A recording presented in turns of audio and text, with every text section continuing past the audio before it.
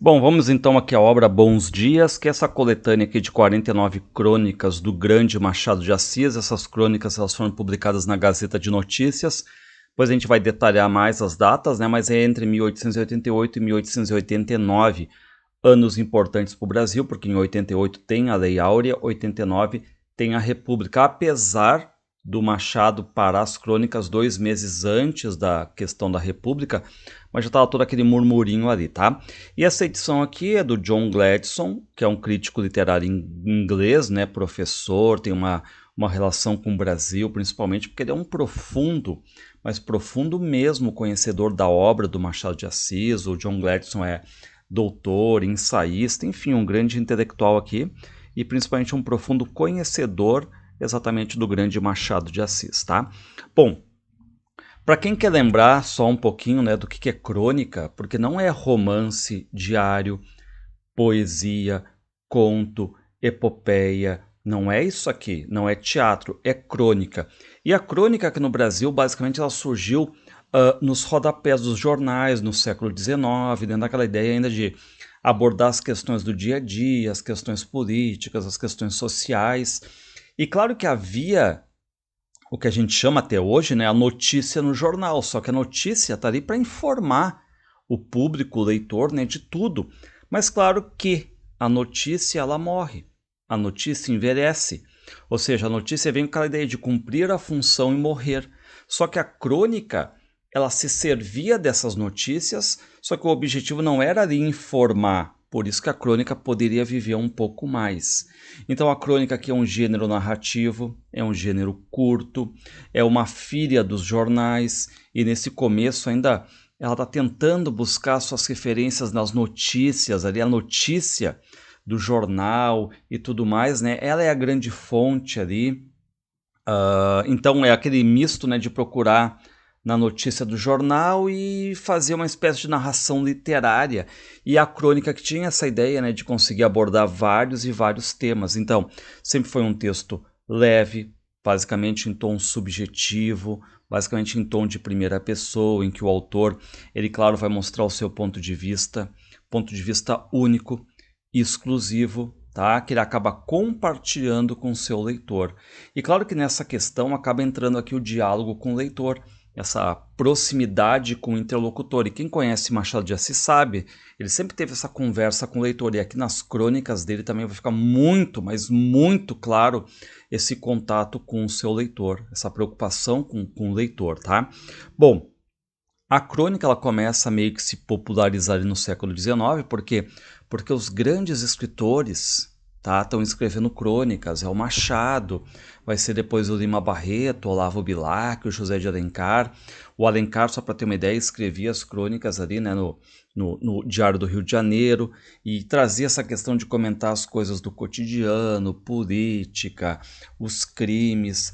E claro que num primeiro momento a crônica ela vai ser dada como um gênero menor, um gênero jornalístico, mas que com o tempo foram aprimorando o gênero a ponto de nós termos depois, estou falando aqui, né, depois do Alencar, 100 anos depois, um Rubem Braga que se profissionalizou na crônica, colocou a crônica lá em cima, veio a ser o nosso maior cronista. Tanto é que é comum nós dizermos, né, que a literatura roubou esse gênero jornalístico para o gênero literário e deixa de ser um gênero menor para ser um gênero maior também, tá? Claro que lembrando aqui, né, crônica vem de cronos, então tem essa relação com o tempo aqui. Por isso que pode, sim, né, envelhecer muitas vezes a questão da crônica, tá?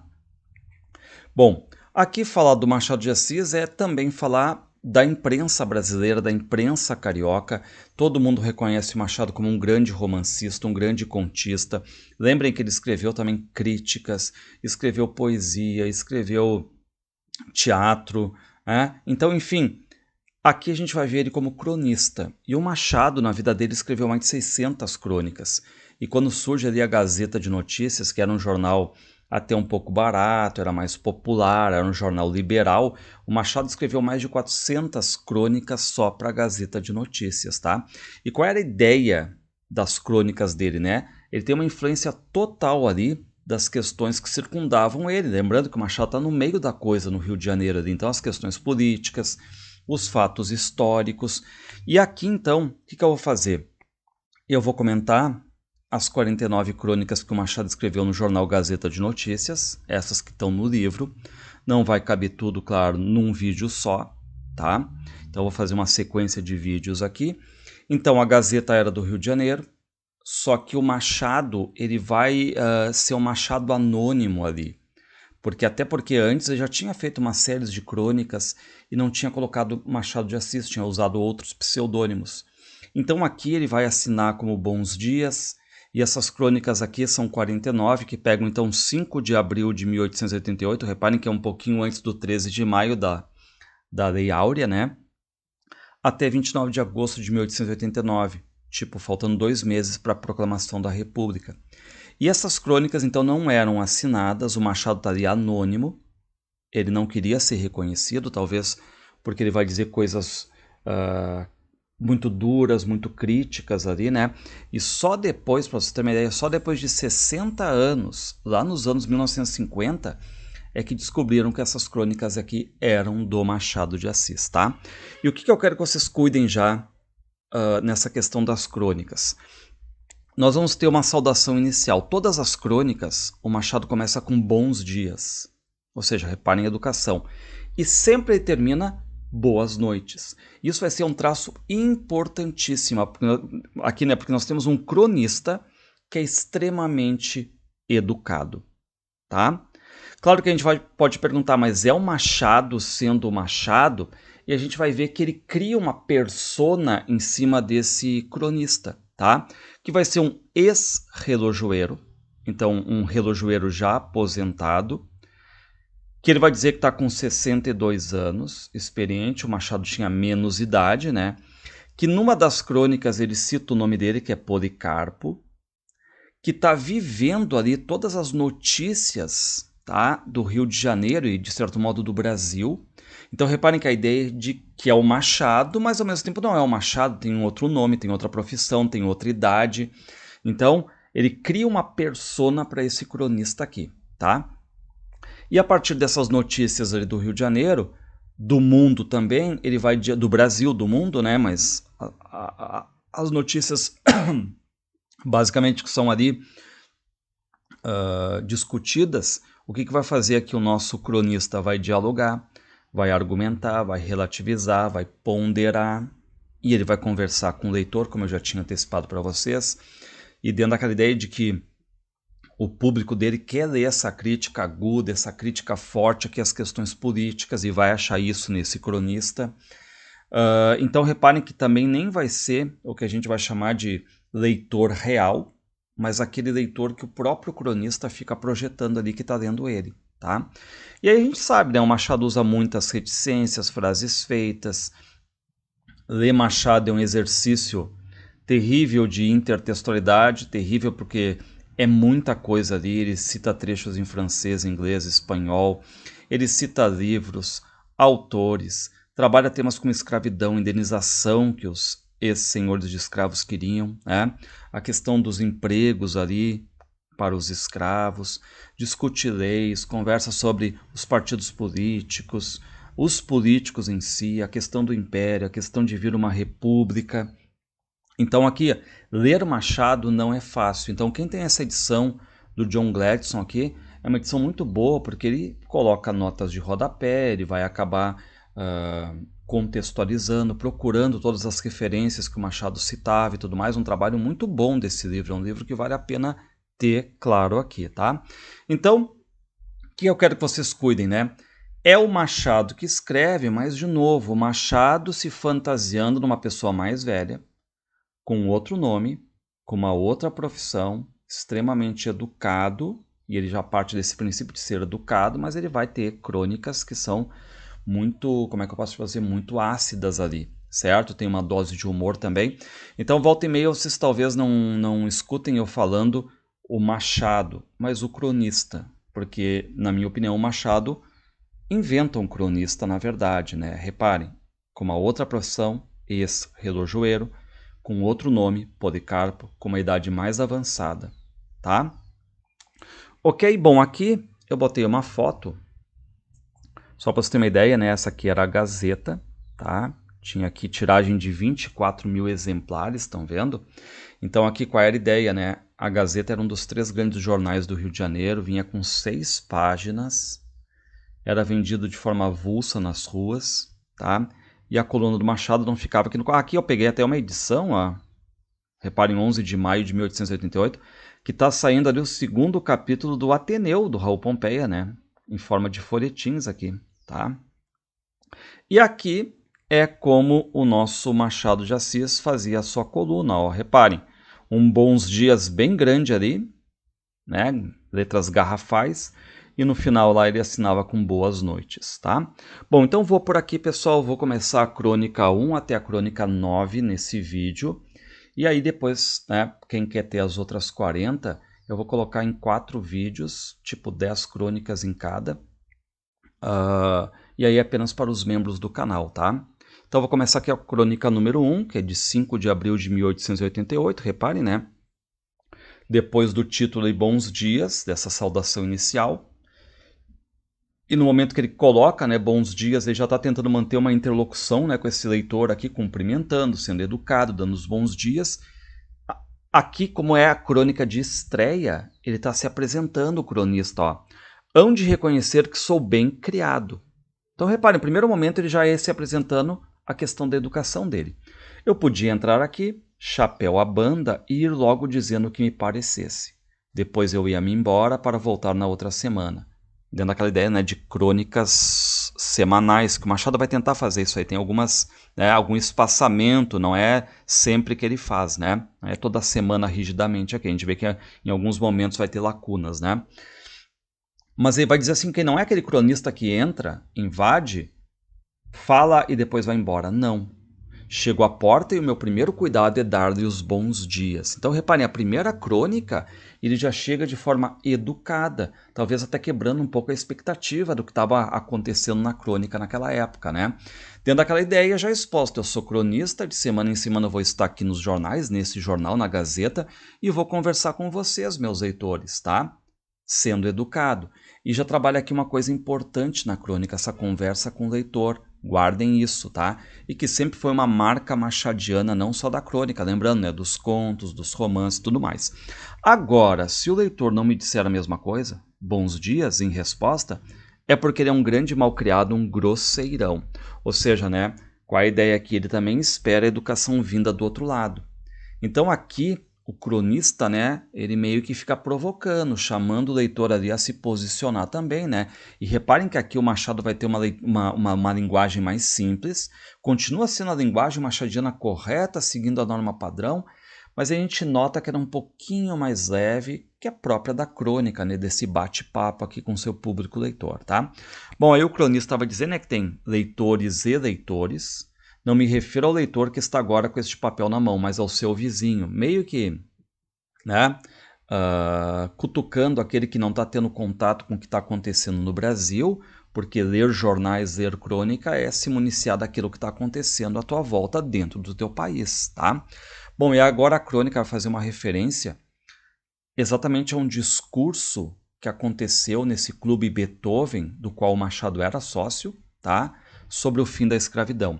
Depois de um recente discurso proferido no Clube Beethoven, acho perigoso que uma pessoa diga claramente o que é que vai fazer. O melhor é fazer calado. Bom, qual a ideia, né? Nesse Clube Beethoven aqui, tinha discursos, concertos musicais, o Machado era diretor da biblioteca desse Clube Beethoven, era um grande frequentador. Então, tá rolando ali a questão toda, né, das discussões sobre a abolição. Só que o Machado está dizendo, né, pô, uma decisão dessas tem que ter cuidado, não dá para ficar falando 500 mil coisas e tudo mais, né? Dentro daquela ideia de anunciar algo e depois não acontece, né? E aqui reparem que meio que começa a ironizar também o Dom Pedro II, que vai ser comparado aqui ao príncipe Bismarck, né, que era um ditador alemão, porque a ideia do Dom Pedro II que está ali, mas não está terminando com a escravidão.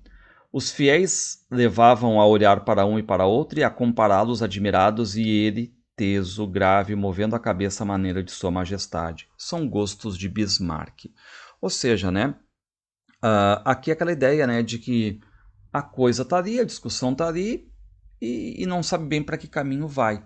E aqui lembrando, né, quem já leu, por exemplo, contos do Machado, romances, sabe que o Machado fazia muita intertextualidade bíblica com outros autores, com mitologia, e aqui ele já vai pegar uma passagem bíblica, a ideia de que o homem nasce para dominar os animais e não para dominar outros homens, outros iguais, né?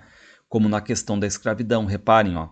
E Deus disse: façamos o homem a nossa imagem e semelhança para que presida, né?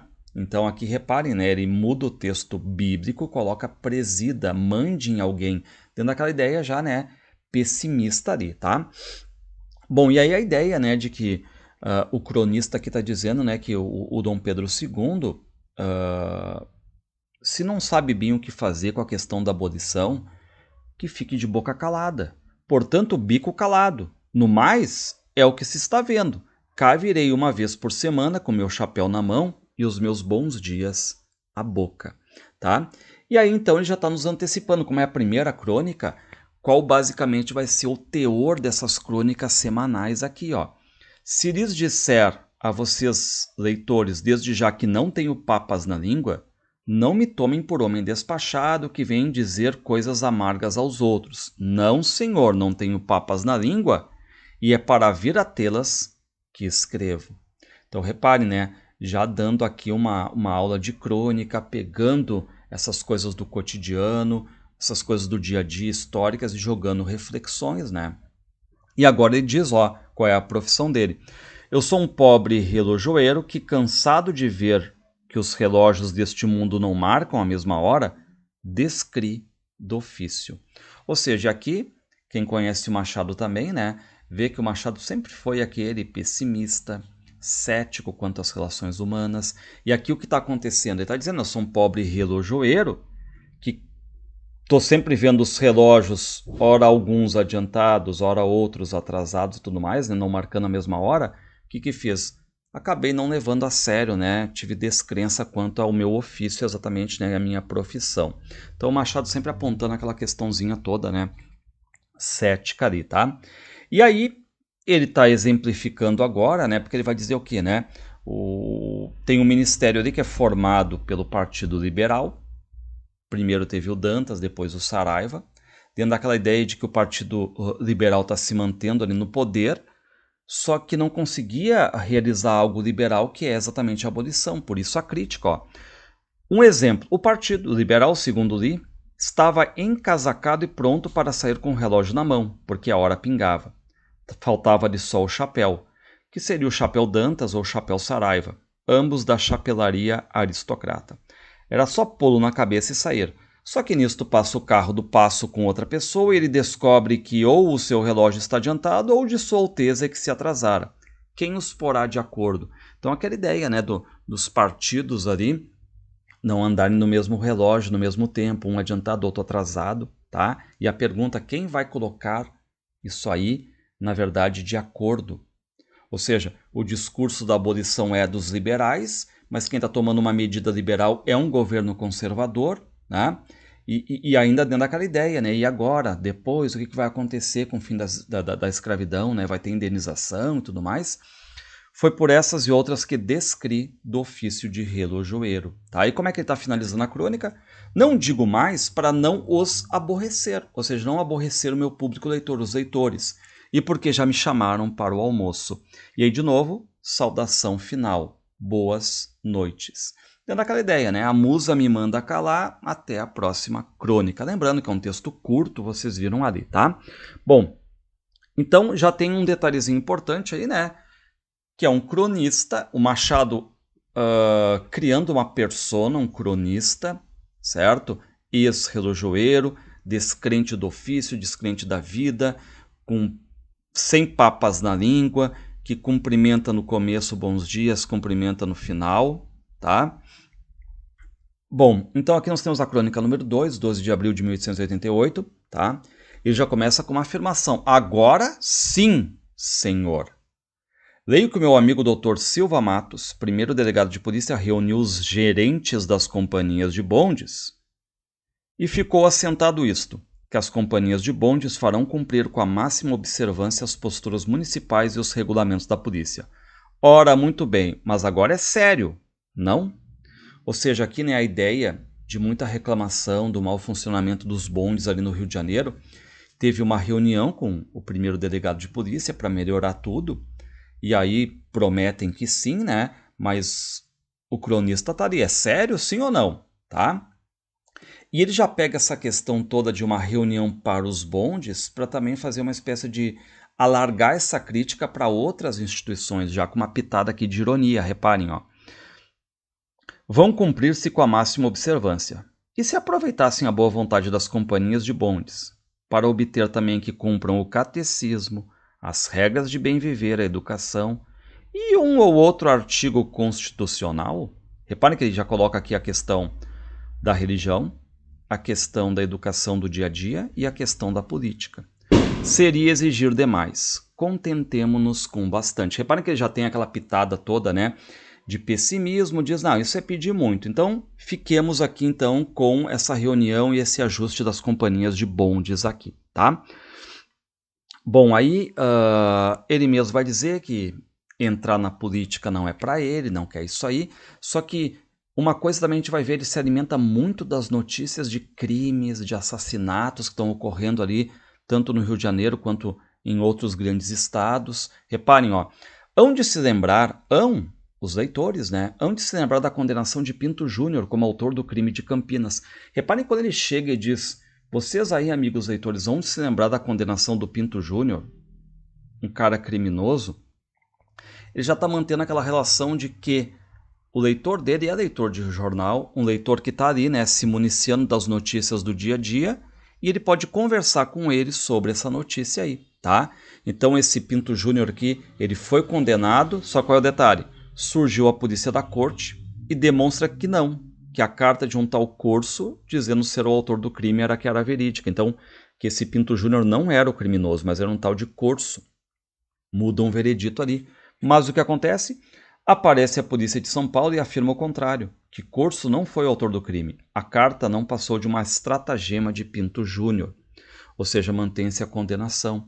Então, o que acontece aqui, né? O cronista diz que também ficou com essa ponta de dúvida, vai ele mesmo tentar saber qual é a solução do caso, que a carta desse Corso talvez seja alguma questão de uma malandragem de algum advogado ali, né?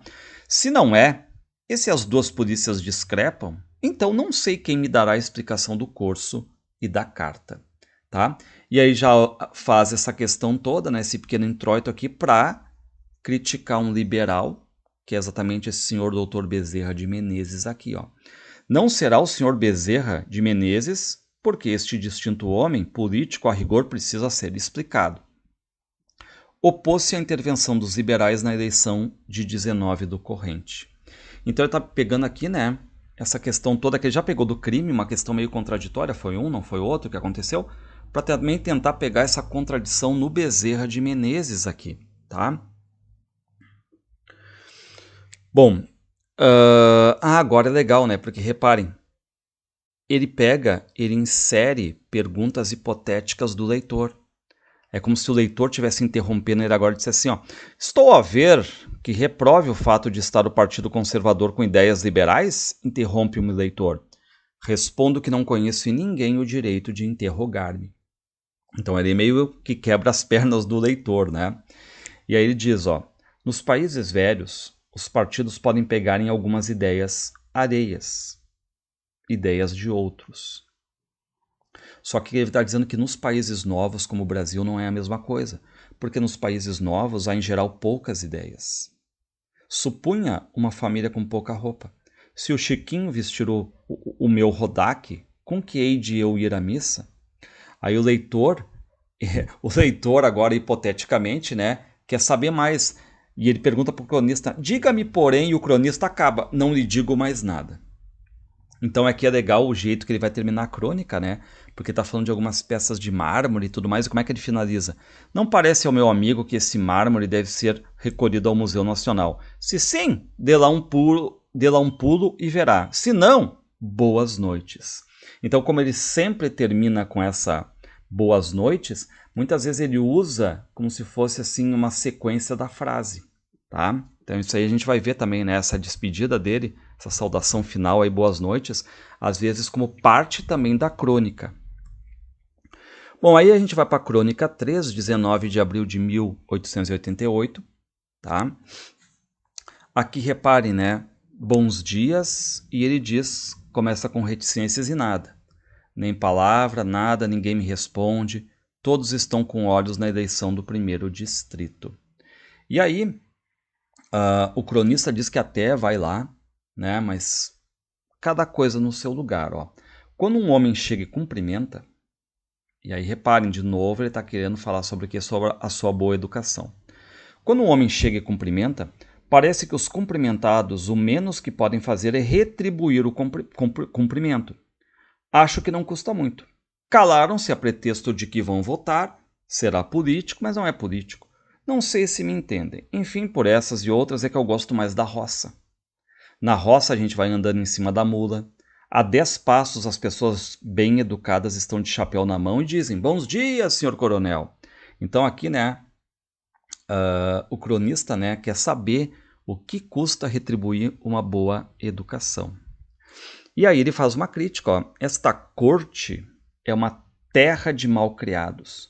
Pois olhem, quando eu entrei aqui, eu vim alegre e tudo mais, tinha algumas questões financeiras, faltava dinheiro, mas depois tudo se resolveu, né? E aí ele começa a falar sobre a ideia, né, de que tem muita gente que quer ser governo.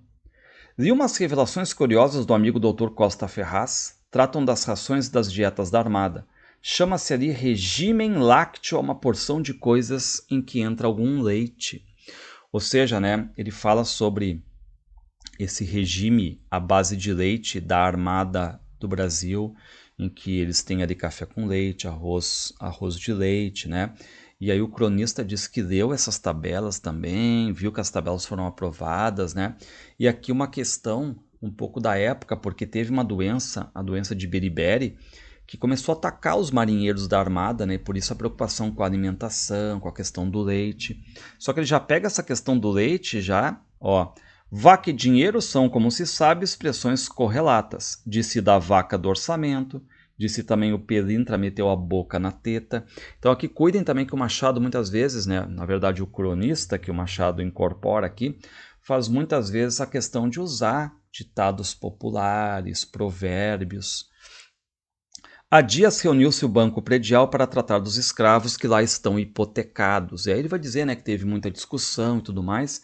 Ora, entre os discursos proferidos, houve um do digno acionista Sr. José Luiz Fernandes Vilela, declarando ser tudo aquilo uma discussão vazia de sentido, porque já não existem escravos. E o cronista, claro, ele fica feliz com esse discurso. Ah, não tem mais escravos, mas claro que na realidade não era uma verdade ainda, né? Havia escravos. Reparem que a gente está aqui, 19 de abril. A Lei Áurea, 13 de maio, tá? E ele pega e termina, ó, há escravos, eles próprios o são. E termina com a sua saudação de boas noites.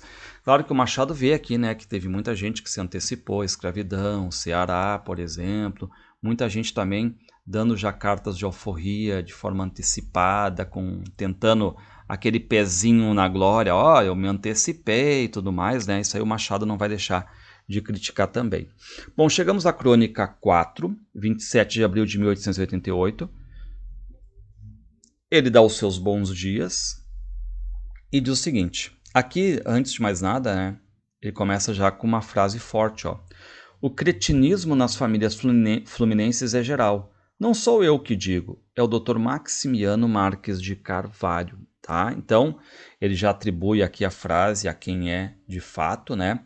Por quê? Porque esse doutor aqui, o Maximiano, ele era um defensor da homeopatia, tá?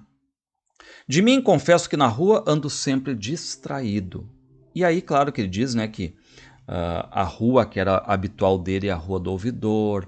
Na Rua do Ouvidor tem muita gente, tem muita palestra, né? E aí, claro, cai para o tema da onde? O tema da abolição. Ainda ontem estive a conversar com alguém sobre estes negócios de abolição e emancipação. A conversa travou-se a propósito dos vivas ao Partido Liberal dados por uns escravos do Cantagalo no ato de ficarem livres. E aqui algo que vai alegrar o cronista, né? Liberdade.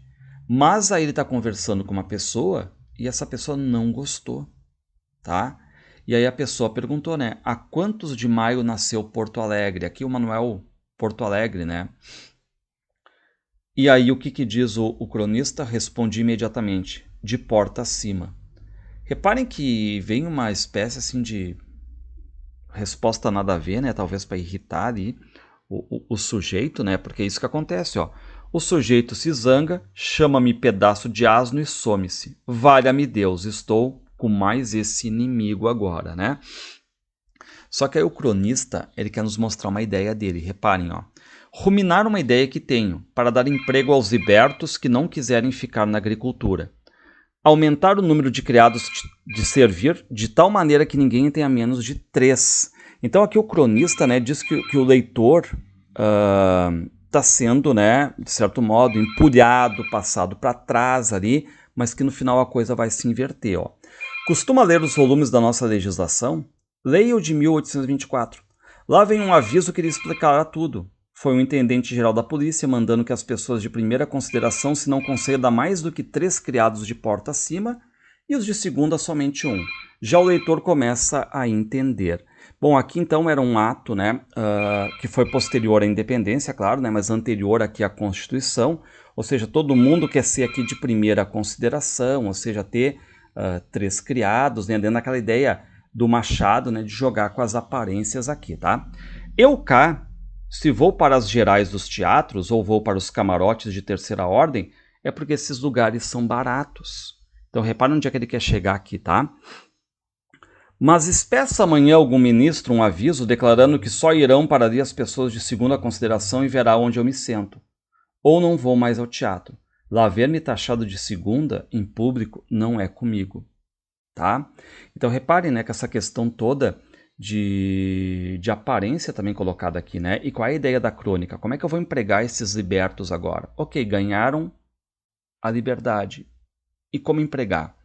Sei que hoje pode ser um modo de empregar libertos e deixo esta ideia no papel para uso das pessoas que não tenham outras. Ou seja, né? Empregarem ali e tudo mais, né? Outra ideia que também aqui deixo é de pedir à sociedade dos 10.000.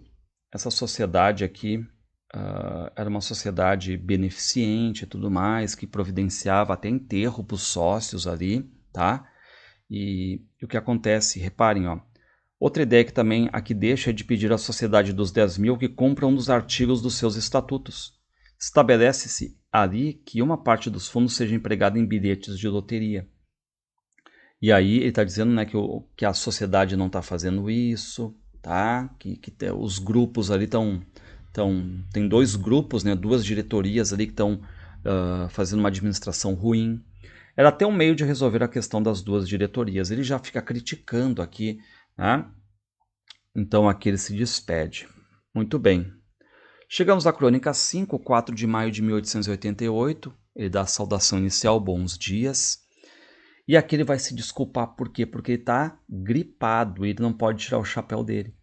Desculpem se não lhes tiro o chapéu. Estou muito constipado, gripado. Vejam, mal posso respirar. Passo as noites de boca aberta, creio até que estou abatido e magro.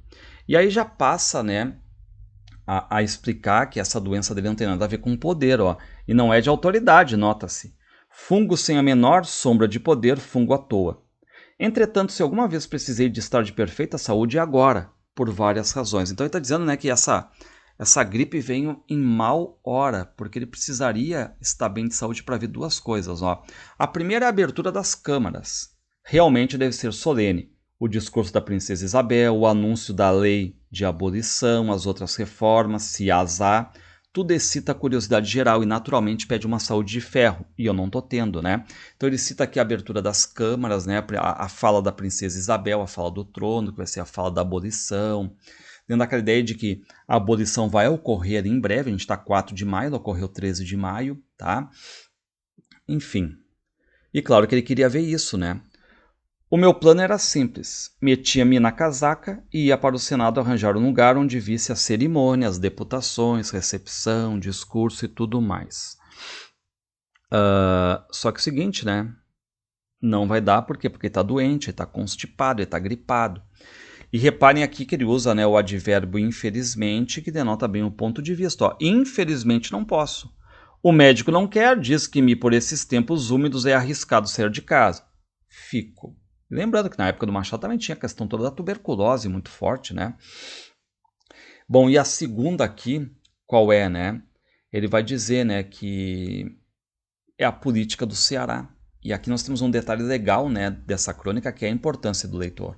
Ou seja, se o meu leitor é fiel, me segue, me compreende, né, já deve imaginar por que eu, cronista, deveria estar bem de saúde. Tá? Já o leitor adivinhou o que é. Não se pode conversar nada assim mais encobertamente que ele não perceba logo e não descubra. Certo? Aquela ideia de fidelizar também. É isso mesmo, é a política do Ceará. Bom, aí agora qual é o detalhe, né? Aqui o cronista, ele diz que queria ter saúde para conversar com um senador cearense que aparece ali, o Castro Ferreira. E detalhe, né, o Ceará ele foi um pioneiro na libertação de escravos, isso já em 1884 e tal, e realizado numa praça que se chama Castro Carreira, tá? Então aqui o cronista, ele queria ter uma conversa com esse senador, tá? Para tentar entender exatamente a política do Ceará. Tá? Ele está querendo entender essa aí. Só que ele vai conversar hipoteticamente, porque a gente sabe que ele está gripado, então essa conversa vai ser hipotética. E esse Castro Carreira, ele vai parecer aquele personagem da Praça Nossa, o João Plenário. Ou seja, ele fica ali enrolando, né? Ó, se eu tivesse saúde, ia ter com o senador cearense Castro Carreira e dizia a ele mais ou menos isto. Saberá Vossa Excelência que eu não entendo patavina nenhuma dos partidos do Ceará. E o senador ia dizer com efeito. Aí o cronista diz, eles são 2 mais 4, ou mais acertadamente são 4 mais 2. E aqui reparem que agora vai ter um jogo de palavras dessa política complicada do Ceará, né? Porque tinha partido dentro de partido. Aí o que o senador responde? 2 em 4. O cronista 4 em 2. O senador 2, 4. O cronista 4, 2. O senador 4. O cronista 2. O senador 2. O cronista 4. O senador justamente. O cronista não é? E o senador diz, claríssimo. Reparem a ironia, né? Ninguém entende nada, mas parece estar claro ali, tá? Ou seja, parece estar tudo bem explicado, mas, né? E aí, claro que o cronista não ficou satisfeito com essa conversa hipotética, porque diz que não consegue entender essa política do Ceará, partidos dentro de partidos, né? Mas cria essa enrolaçada aqui, né? Enfim, tá? E aí ele pede, né, que o senador explique mais sobre esses dois grupos, que é o grupo, como diz ali, o Aquirás e o Ibiapaba. Se eu tivesse com saúde, pediria que ao senhor Dr. Castro Carreira que me desse algumas notícias mais individuais dos grupos Aquirás e Ibiapaba. Sua Excelência confastiu. Notícias individuais? Homem, eu não sei política individualista, eu só vejo os princípios. Aí o cronista diz, tudo bem, bem os princípios. Sabe que o grupo Aquirás com um troço liberal tomaram conta da mesa, mas o grupo Ibiapaba cundiu com outro troço liberal e puseram água na fervura. Quais são os princípios? Segue a enrolação. Os primeiros de todos devem ser os da boa educação, sem os quais não há boa política. E os segundos? Os segundos são os comuns. Refiro-me ao bem da província.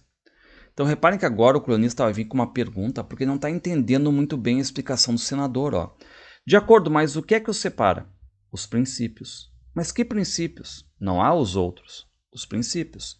Então reparem que segue o jogo de palavras aqui, enrolação, e o cronista meio que se irrita, né? Mas Aquirás é um título, não é um princípio. E Ibiapaba também é um título, né? E aí o cronista está esperando uma resposta do senador. E como é que o senador responde? Não explicando, mas fazendo uma intertextualidade com quem? Com Hamlet. Há entre o céu e a terra mais acumulações do que sonha a nossa vã filosofia. Só que o cronista volta a perguntar, pode ser. Mas isto ainda não explica a razão desta mistura ou troca de grupos, parecendo melhor que se fundissem de uma vez com os antigos adversários, não lhe parece?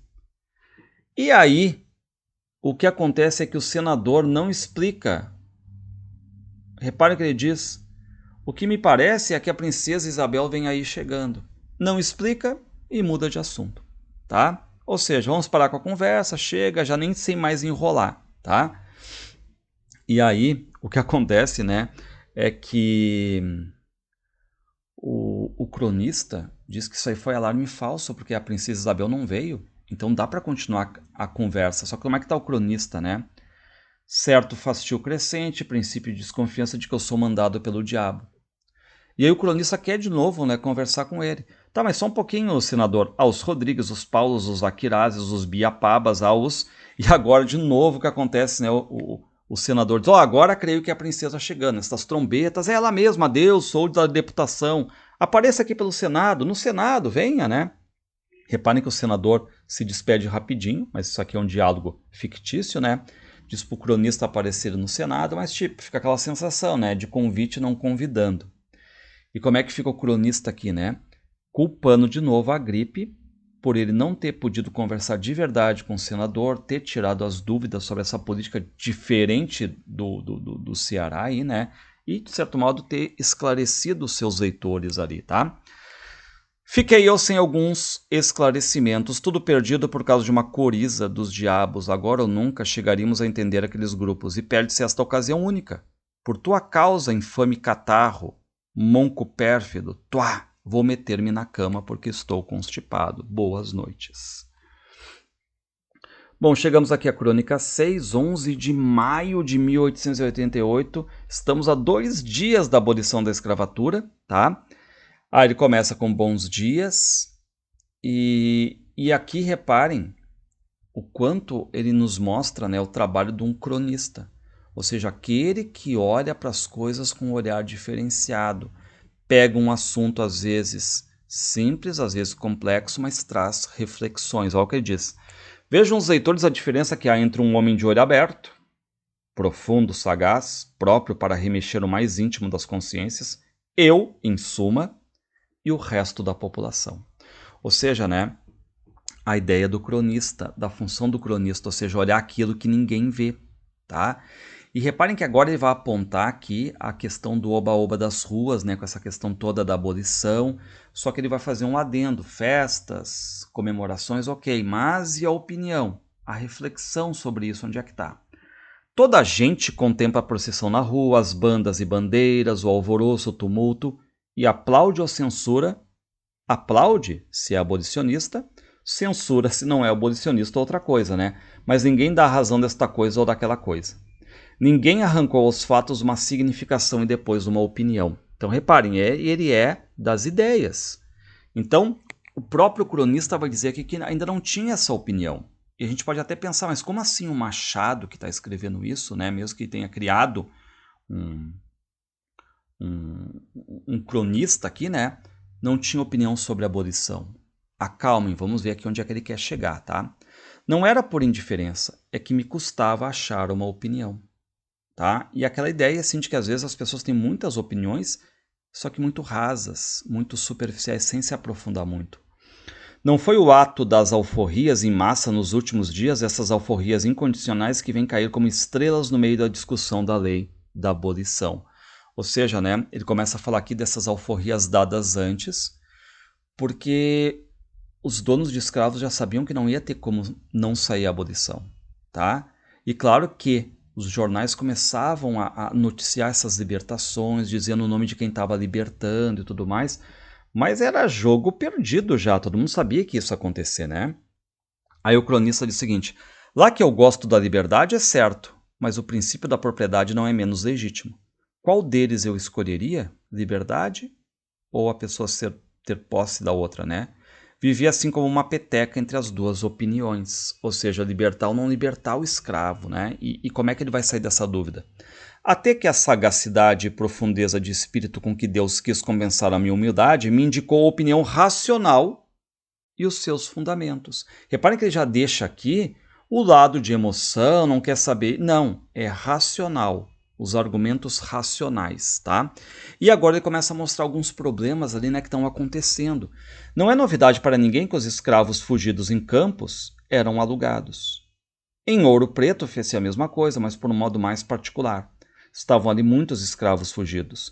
Escravos, isto é, indivíduos que pela legislação em vigor eram obrigados a servir a uma pessoa.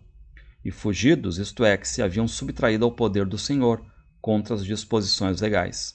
Esses escravos fugidos não tinham ocupação. Lá veio, porém, um dia em que acharam salário, e parece que bom salário. Quem os contratou?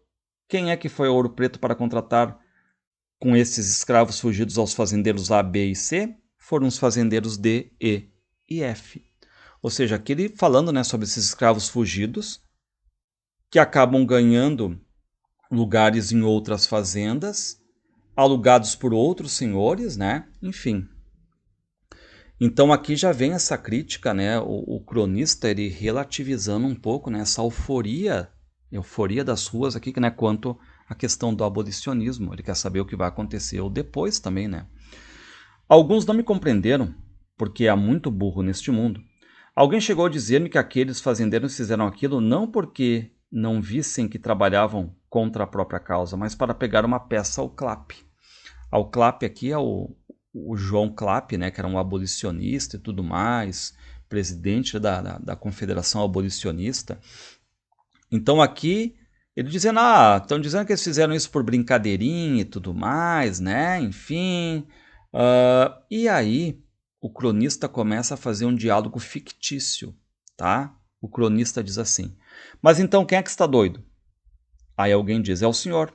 O senhor é que perdeu o juízo, pouco que tinha. Aposto que não vê ainda alguma coisa no ar. Aí o cronista diz, vejo sim, creio que é um papagaio no ar. Não, senhor, é uma república. Querem ver que também não acredita que esta mudança é indispensável?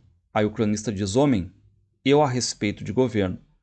Eu, a respeito de governo, estou com Aristóteles, no capítulo dos chapéus. O melhor chapéu é aquele que vai bem à cabeça. Este, por ora, não vai mal.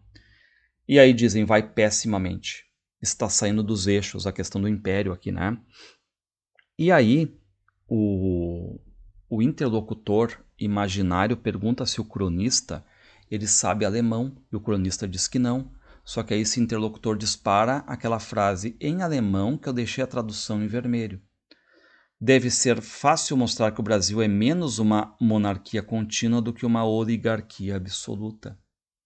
Ou seja, aqui o Machado ali meio que, né, mostrando um pouco do que seria a gênese num regime que poderia vir ali, né, uma oligarquia absoluta e tudo mais, né? Mas, como foi dito em alemão, o cronista nem sabe o que aquilo ali significa, tá? Só que ele finaliza, que é deste último tronco que deve brotar a flor. Que flor? E ele responde, né, as boas noites. Ele faz um trocadilho aqui no final da crônica, né, porque ele sempre se despede com boas noites, mas aqui cita boas noites como uma flor. Vamos à crônica 7. Reparem, 19 de maio de 1888, ou seja, 6 dias após a assinatura da Lei Áurea. Bons dias. Reparem que o cronista aqui vai acabar colocando aqui uma espécie de personagem. Claro que não está falando dele mesmo, ele está criando um personagem aqui, tá? Que acabou fazendo um relato de que deu uma carta de alforria a um escravo seu de 18 anos, ó. Eu pertenço, aí não é o cronista, ele está simplesmente falando sobre alguém, né? Eu pertenço a uma família de profetas posteriores, né? Pós-fato, depois do gato morto, ou como o melhor nome tem em holandês. Ou seja, uma espécie assim de que se coloca como profeta do acontecido, aquele tipo comentarista de jogo jogado, né? Vai profetizar algo que já estava certo que ia acontecer, como por exemplo, né, a abolição. Por isso digo, juro, se necessário for, que toda a história desta lei de 13 de maio, a Lei Áurea, estava por mim prevista, tanto que na segunda-feira, antes mesmo dos debates, tratei de alforriar um molecote que tinha a pessoa de seus 18 anos, mais ou menos. E aqui uma referência histórica, né? Antes do 13 de maio, a gente teve 6 dias de votação, de debates no Congresso antes da assinatura da Princesa Isabel, tá? Então todo mundo já estava sabendo, vai rolar a abolição, tá? Só que a história desse personagem aqui, o que ele fez? Eu vou perder meus escravos, então o que eu vou tentar fazer? Desse prejuízo, um lucro. Então ele se antecipa e dá a carta de alforria para um escravo dele de 18 anos. Para quê? Para sair no jornal, para todo mundo falar, olha que cara bom que deu alforria, né? Alforriá-lo era nada. Entendi que perdido por 1000 perdido por 1.500. Ou seja, eu vou perder mais adiante esse escravo. Dei um jantar. Neste jantar, aqui meus amigos deram o nome de banquete, em falta de outro melhor, reuni umas 5 pessoas, conquanto as notícias dissessem 33. Tipo a teoria do medalhão aqui, né? Ou seja, eram 5, mas no jornal saiu hiperbólico, no intuito de dar um aspecto simbólico, 33, né? Aquela questão da idade de Cristo que dizem, né? E aqui, claro, um pouco da que a gente já conhece o Machado de Assis. Ou seja, o cronista está nos contando a história de uma pessoa, parece aqueles medalhões, preocupado com a aparência, que oferece um jantar para 5, que não é um jantar, vira um banquete, que não são 5, viram 33, algo simbólico, né? Enfim, exagerado para chamar atenção aqui. E agora reparem o discurso, né, desse personagem que dá a liberdade aí para um escravo. Levantei-me eu com a taça da champanhe e declarei que, acompanhando as ideias pregadas por Cristo, há 18 séculos restituía a liberdade ao meu escravo Pancrácio, que entendia a que a nação inteira devia acompanhar as mesmas ideias e imitar o meu exemplo. Reparem que canária, né? A ideia, de novo, estou seguindo as ideias pregadas por Cristo. Estou dando liberdade ao meu escravo Pancrácio. O mundo todo, a nação inteira deveria imitar o meu exemplo. Né? Dentro daquela ideia, né, de um profeta do acontecido. Tá? Ou seja, ele só se antecipa a algo que não tinha mais o que fazer. A abolição estava ali a galope, né? Estava pronta para acontecer. Tá? Bom, aqui, então, né, a gente está... lembrando aqui por isso, né, até vou voltar aqui, ó, reparem, família de profetas, né, por isso aquela ironia toda do profeta, tu sabe que a coisa vai acontecer, sabe que vai perder um escravo, o que eu fiz, né? Transforma esse prejuízo em marketing pessoal, faz um banquete, convida amigos, tá? Ou seja, o escravo dele era o Pancrácio aqui, tá? E agora reparem, ó, Pancrácio, o meu escravo que eu dei a liberdade, né, que estava à espreita, entrou na sala como um furacão e veio abraçar meus pés. Repara a humilhação aqui, né? Abraça os pés do seu ex-senhor, né? E claro que os amigos ali vendo essa cena começam a brindar, o gesto abolicionista, né? Ouvi cabisbaixo, fiz outro discurso agradecendo, entreguei a carta de alforria ao molecote. Todos os lenços comovidos apanharam as lágrimas de admiração. Então aqui o Machado ironizando essa burguesia, né? Enfim, falsa aqui, né? Bom, e aí, claro, depois vem o depois, né? Esse aí que deu a carta de alforria, recebendo cartões, todo mundo felicitando a grande atitude dele. No dia seguinte, chamei o Pancrácio e disse a ele com rara franqueza: Tu és livre agora, podes ir para onde quiseres. Só que se quiser ficar aqui comigo, aqui tens casa amiga, já conhecida, e tem mais um ordenado que... E aí o escravo diz, o ex-escravo diz: Ó, meu senhor, eu fico. Bom, aqui duas coisas já a salientar, né? A primeira é aquilo que a gente sabe, o Pancrácio está livre. Mas qual é a proposta do antigo dono? Fica aqui, casa, comida, pequeno salário. Então, uma liberdade em tese, né? E o que o escravo aqui já diz? Fico. Segundo detalhe, essa variação linguística aqui, né? Reparem a fala do escravo, essa simulação de fala popular aqui, né, que o Machado coloca, tá? Bom, segue o diálogo agora, ó. Tu aqui, Pancrácio, terás um ordenado pequeno, mas que há de crescer. Tudo cresce neste mundo, tu cresceste imensamente. Quando nasceste era um pirralho deste tamanho. Hoje estás mais alto do que eu. Deixa eu ver, olha, és mais alto do que eu, 4 dedos. Reparem, tá? Desde o nascimento escravo ali, né? E aí o ex-escravo diz assim: a Artura não quer dizer nada não, senhor. Reparem, simulação de fala popular aqui. Pequeno ordenado, repito, uns 100 mil réis, 6 mil réis, mas é de grão em grão que a galinha enche o papo. Tu, Pancrácio, vales muito mais que uma galinha, pois 6 mil réis. No fim de um ano, se andares bem, conta com 8. 8 ou 7. E aí agora reparem a ironia machadiana cruel, né? Pancrácio aceitou tudo. Aceitou até um peteleco que lhe dei no dia seguinte por não me escovar bem as botas. Efeitos da liberdade. Ou seja, agora que não é mais escravo, não escovou bem as botas. Mas o que acontece? O ex-dono vai lá e dá um peteleco, ainda agride. Mesmo que seja um peteleco, tipo um cascudo e tudo mais, mas mesmo assim, o que acontece? o dono ainda está com a questão toda de que se em escravo, em trabalho mal feito, se bate em escravo. Mas eu expliquei ao Pancrácio que o peteleco, sendo um impulso natural, não podia anular o direito civil adquirido por um título que lhe dei. Ele continuava livre e eu de mau humor. Reparem que essa liberdade, essa carta de alforria aqui não deixou o narrador de bom humor, né? Perdeu um bem, né? Bom, e o que esse ex-senhor faz ainda, né? Daí para cá, tenho-lhe despedido alguns pontapés, um ou outro puxão de orelhas, chamo de besta quando não lhe chamo filho do diabo, coisas todas que ele recebe humildemente, Deus me perdoe, creio até alegre. E aqui, né, a ideia de que o Pancrácio está tão acostumado a receber pancadas durante 18 anos recebeu, né? Só que agora diminuiu um pouco. Mas não pode, porque ele é livre. Mas ele aceita. O meu plano está feito, quero ser deputado, e na circular que mandarei aos meus eleitores, direi que antes muito da abolição legal, da abolição da escravatura, já eu, em casa, na modéstia da família, libertava um escravo, ato que comoveu a toda a gente que dele teve notícia. Então reparem, né, o quanto essa crônica é irônica quanto a esse pessoal dono de escravo, que sabia que iam perder o escravo, mas se antecipavam para fazer um marketing pessoal, tá? E aí vai dizer, né, que esse Pancrácio aprendeu a ler, escrever, se tornou professor de filosofia, né, e tudo mais, né? E esse que deu a liberdade em tese para o Pancrácio ali, né, tá querendo usar isso como algo de eleição. Que os homens puros, grandes e verdadeiramente políticos não são os que obedecem à lei, mas os que se antecipam a ela dizendo ao escravo, és livre, antes que o digam os poderes públicos sempre retardatários. Boas noites. Reparem que essa é uma das crônicas mais conhecidas dessa série da Gazeta de Notícias do Machado, tá?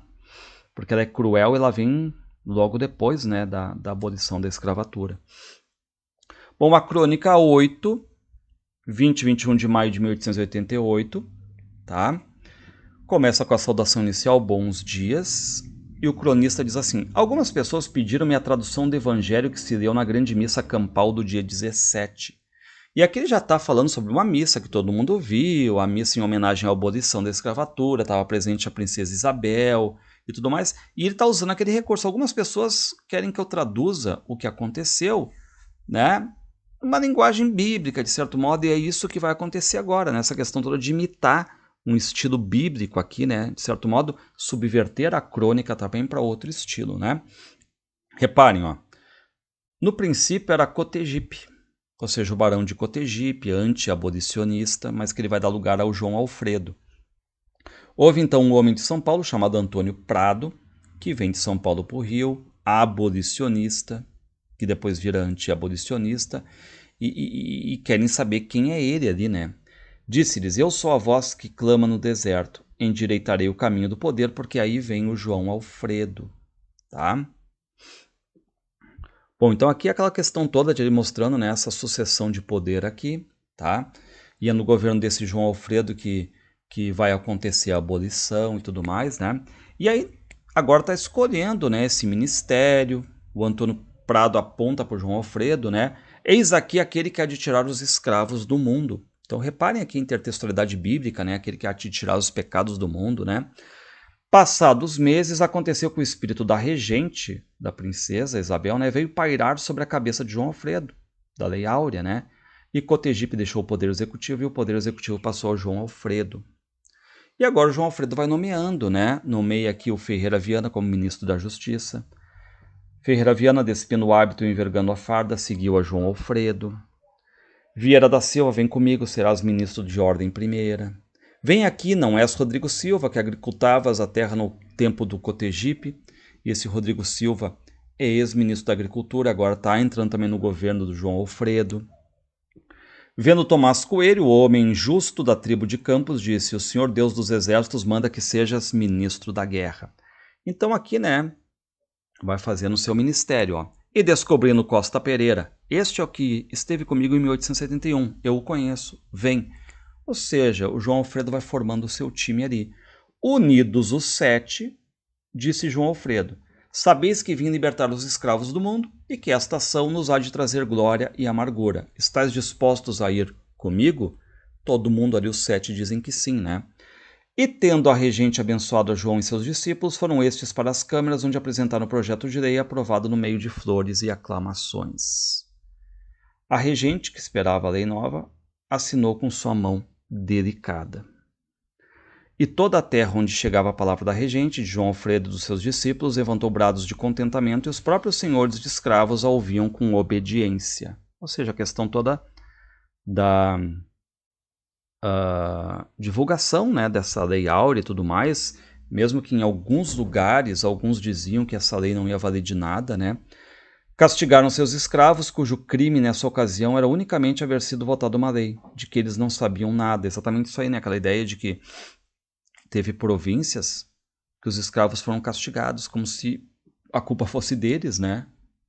Eu vou perder, mas quem é o culpado não é a Lei Áurea, a Princesa Isabel, João Frei, não, os culpados são os escravos. E como é que ele finaliza?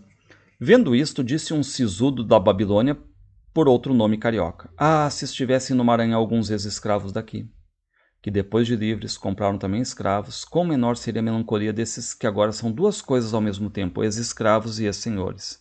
Bem diz o Eclesiastes, algumas vezes tem o homem domínio sobre outro homem para a desgraça sua. O melhor de tudo, acrescento eu, é possuir-se a gente a si mesmo. Então aqui uma reflexão, né, sobre essa questão, e finaliza com boas noites. E aqui a crônica 9, 17 de maio de 1888, começa com bons dias e reparem, cumpre não perder de vista o meteorólito de Bendegó. Reparem que é um meteorito, aqui é meteorólito, né? Um meteorito que caiu num sertão da Bahia, pesava muito, tá? E tiveram que levar para a Bahia, ele foi mais de 40 juntas de bois levaram esse meteorito, tá? Só que enquanto, o que está dizendo? Então foi uma notícia, né, que está saindo em todos os jornais ali, e o Machado de Assis, criando esse cronista, né, acaba conversando sobre isso. Ó. Enquanto toda a nação bailava e cantava, delirante de prazer pela grande lei da abolição, o meteorolito de Bendegó vinha andando vagaroso, silencioso e científico ao lado do Carvalho. O Carvalho aqui é o chefe dessa expedição aqui, para levar esse meteorito aí, tá? E aí reparem que o meteorito, ele vai ter aqui virar essa questão toda de prosopopeia, personificação, ou seja, ele vai virar uma pessoa com falas, com pensamentos, ele vai conversar. Reparem o que o meteorito diz, né? Carvalho, que é o chefe da expedição, falta muito para chegar ao Rio de Janeiro? Eu já estou aborrecido. Mas espera, parece que eu estou vendo uma cidade. Aí o Carvalho diz para o meteorito, né? É a Bahia, a capital da província. E aí surgem vários vereadores ali, né? Para quê? Iam reunir-se extraordinariamente para saber se embargariam ou não a saída do meteorito, né? Ou seja, se esse meteorito ia para o Rio de Janeiro ou ia ficar aqui na Bahia. E aqui já é uma deixa para o Machado trabalhar o quê? A questão toda do federalismo, que também estava muito discutido à época, né? O governo central ordenara o transporte e as despesas. Só que a Câmara Municipal, obediente, ficou esperando. Logo, porém, que o meteorito chegou à capital, interveio outro princípio, o do direito provincial. Ou seja, né, houve o debate todo, porque qual é a ideia? Tendo caído o meteorito na Bahia, ele era da Bahia. Só que outros dizendo, não, o meteorito veio do céu, então ele era de todos os brasileiros. E aqui o Machado então está ali, né, com um prato cheio para abordar o que é a questão do federalismo. O debate foi, afinal, resumido e o voto da maioria contrária ao embargo. Apenas 2 vereadores votaram por este. Ou seja, meteorito vai ficar na Bahia. Aí o meteorito pergunta, Carvalho, por que aqueles 2 votaram pelo embargo? E o Carvalho diz, questão de federalismo. E o nosso amigo, o Carvalho, explicou o sentido desta palavra e o movimento federalista que se está operando em todos os lugares do Império. Mostrou-lhe até alguns projetos discutidos agora para o fim de alterar a Constituição dos Estados Unidos, sem fazer questão de chefe do Estado, que pode ser presidente ou imperador. E aqui, aquela ideia, né, de tentar servir ali como exemplo a Constituição americana para o Brasil. Não importa se vai ser ali, como diz, né, presidente, se vai ter imperador ou não, né? Só que reparem que o meteorito está sempre ao lado desse Carvalho, devagar, científico ali, né? Só que não entende bem os Estados Unidos tendo Constituição, tendo imperador, tá? E esse Carvalho já dizendo, reparem, né, a questão toda de ter rumores de uma república no Brasil. Confiou ao meteorito que andam por aí ideias republicanas. Chegou a ler em um artigo da Gazeta Nacional em que se dizia que, se ela, a república, já estivesse estabelecida, acabada estaria há muitos anos a escravidão. Só que reparem que o meteorito, que está sempre ali frio, calculista, né, científico, ele chega e diz, olha, antes de eu ser um meteorito, eu era um general americano. Eu já vi muita coisa. E aí ele vai dizer, lembra-se bem que os Estados Confederados, quando redigiram a sua Constituição, declararam no preâmbulo, a escravidão é a base da Constituição dos Estados Confederados. Lembra-se também que o próprio Lincoln, quando subiu ao poder, declarou logo que não vinha abolir a escravidão. Ou seja, era uma república escravista. Então aquela ideia de que esse meteorito já viu de tudo, tá? E tá duvidando também disso aí, né? Bom, aí no final, o meteorito pergunta, né? Mas que barulho é esse que tá rolando aqui? Ah, é a visita do Portela, o presidente da província, né? O presidente da Bahia. Vamos recebê-lo, acudiu o meteorito, cada vez mais vagaroso e científico. Ou seja, aqui a ideia, né, de novo, de discutir, pegar um tema, uma notícia e discutir exatamente o federalismo aqui, tá? Bom, pessoal, são 49 crônicas. Eu aqui apresentei 9. As outras 40 estão divididas em mais 4 vídeos, tá? Mas apenas então somente para os membros aqui do canal. Então seja membro aí, ajude o canal, tem acesso a mais 4 vídeos com todas as crônicas então cobradas, né? E aí quem é automaticamente membro já vê lá na comunidade do canal, onde aparecem os links para quem é membro. Grande abraço, bom estudo!